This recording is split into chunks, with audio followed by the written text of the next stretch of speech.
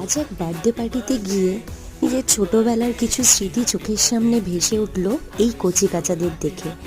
যেমন ছোট্টবেলায় আমার মাও আমাদের বাড়িতেই ঘরের মধ্যে ডেকোরেশন করে কেক কাটে বার্থডে সেলিব্রেট করা হতো, ঠিক সেইভাবেই আজ আমার পাশের বাড়ির এই পুচকে বার্থডে সেলিব্রেট হলো।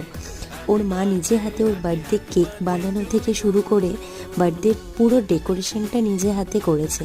তবে এই যে নিজে হাতে মেয়ের জন্য ডেকোরেশন, কেক বানানো অথবা খাবার বানানো, এর মধ্যে একটা আলাদা ইমোশন আর ভালোবাসা আছে, যেটা এখন আজকালকার ব্যস্ত জীবনে হয়ে ওঠে না।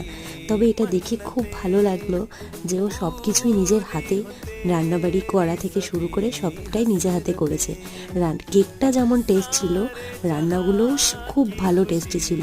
এই লুচি, আলুর দম বা চানা পনির, পায়েস একদম মনে করিয়ে দিল ছোটোবেলার কথা। তো আজ সন্ধেটা খুব